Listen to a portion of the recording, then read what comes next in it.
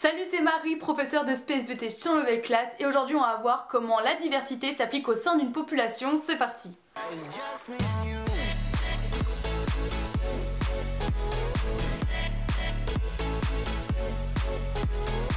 La diversité, décidément tu n'entends que ce mot-là si tu suis toutes les vidéos. Alors on a déjà vu ensemble la diversité à travers la méiose, avec les différents brassages, les anomalies, et aussi à travers le génome, avec ou sans apport de génome du coup. Et maintenant on va voir comment cette diversité évolue au sein d'une population. Alors je t'en avais un peu déjà parlé en première pour les nouvelles qui étaient déjà là l'année dernière dans la vidéo sur la résistance aux antibiotiques. Et pour les petits nouveaux, je vous conseille d'aller voir la vidéo de Théo en enseignement scientifique sur le modèle d'Hardy-Weinberg.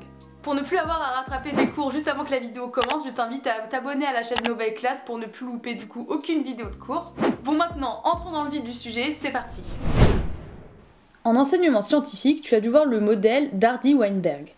Si tu ne t'en souviens pas, ce modèle dit que la fréquence d'apparition d'un allèle est toujours la même dans une population de grande taille, sans migration, sans mutation et sans sélection naturelle. Dans la réalité, toutes ces conditions sont discutables. On a déjà vu que les mutations pouvaient bel et bien apparaître. Aujourd'hui, on va voir ce qu'est la sélection naturelle et la migration par la dérive génétique. On va commencer par la sélection naturelle. Ce phénomène est applicable à toutes les populations et elle est même inévitable. La sélection naturelle est la favorisation d'un caractère en fonction du milieu par compétition. Je t'avais donné l'exemple en première des girafes à grands coups qui ont été favorisées car leur nourriture était en hauteur. Les girafes à petits coups ont donc disparu car elles ne pouvaient pas se nourrir. L'allèle grand coup a donc été favorisé au profit de l'allèle petit coup. La disparition de l'allèle petit coup n'est pas due à une mutation ou à la méiose, mais par l'environnement qui est ce qu'on appelle un caractère abiotique, c'est-à-dire un facteur lié au milieu. Cette modification est donc la sélection naturelle et fonction de l'environnement et de l'espèce. En effet, si une tortue vit dans le même milieu que la girafe, ce ne sera pas forcément l'allèle grand coup de la tortue qui sera sélectionné.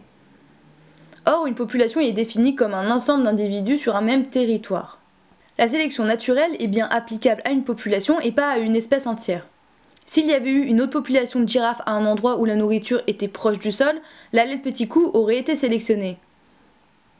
Il y aurait eu deux populations au sein de l'espèce girafe, grand coup et petit coup, sur deux territoires différents. C'est ce qui se passe avec les éléphants à grandes et à petites oreilles, ces deux populations font bien partie de la même espèce qu'est l'éléphant. Pourtant, elles constituent deux populations différentes. Chaque population étant dans un territoire, toutes les populations sont soumises à la sélection naturelle. L'une des conditions du modèle d'Hardy-Weinberg n'est donc pas applicable. Et oui, dans la réalité, ce modèle n'est pas valable, mais il est essentiel de le comprendre pour apprendre d'autres notions d'enseignement scientifique. Seule l'élite, c'est-à-dire la SPSVT, connaîtra la vérité. Un deuxième mécanisme de diversité au sein d'une population est la dérive génétique. La dérive génétique est l'évolution aléatoire des allèles due à la fécondation. C'est en quelque sorte l'évolution que suit une population sans l'effet de la sélection naturelle.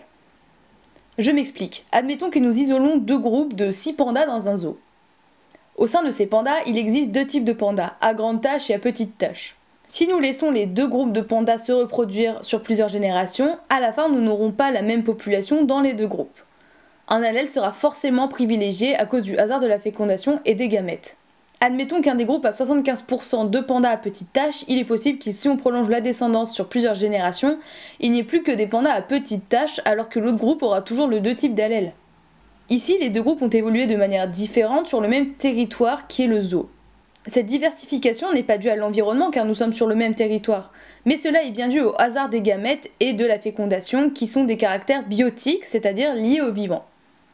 Pour résumer ce qu'on vient de dire, on observe deux types d'évolution au sein d'une population. La sélection naturelle, qui est la sélection d'un caractère par le milieu, ici le facteur est abiotique. La dérive génétique, qui est l'évolution aléatoire d'une population due au hasard de la fécondation et des gamètes, ici le facteur est biotique. Ces deux phénomènes sont inévitables au sein de chaque population, ce qui contredit le modèle d'Hardy-Weinberg. Ça y est, on a vu ensemble la diversité au sein d'une population. Ce chapitre est un peu abstrait, il est essentiel de l'appliquer à un exercice pour le comprendre dans son entièreté. Ça tombe bien, tu peux t'entraîner avec les exercices que je t'ai préparés sur nouvellleclasse.com, le lien est dans la description, t'as juste à cliquer dessus. On se retrouve donc tout de suite sur nouvellleclasse.com.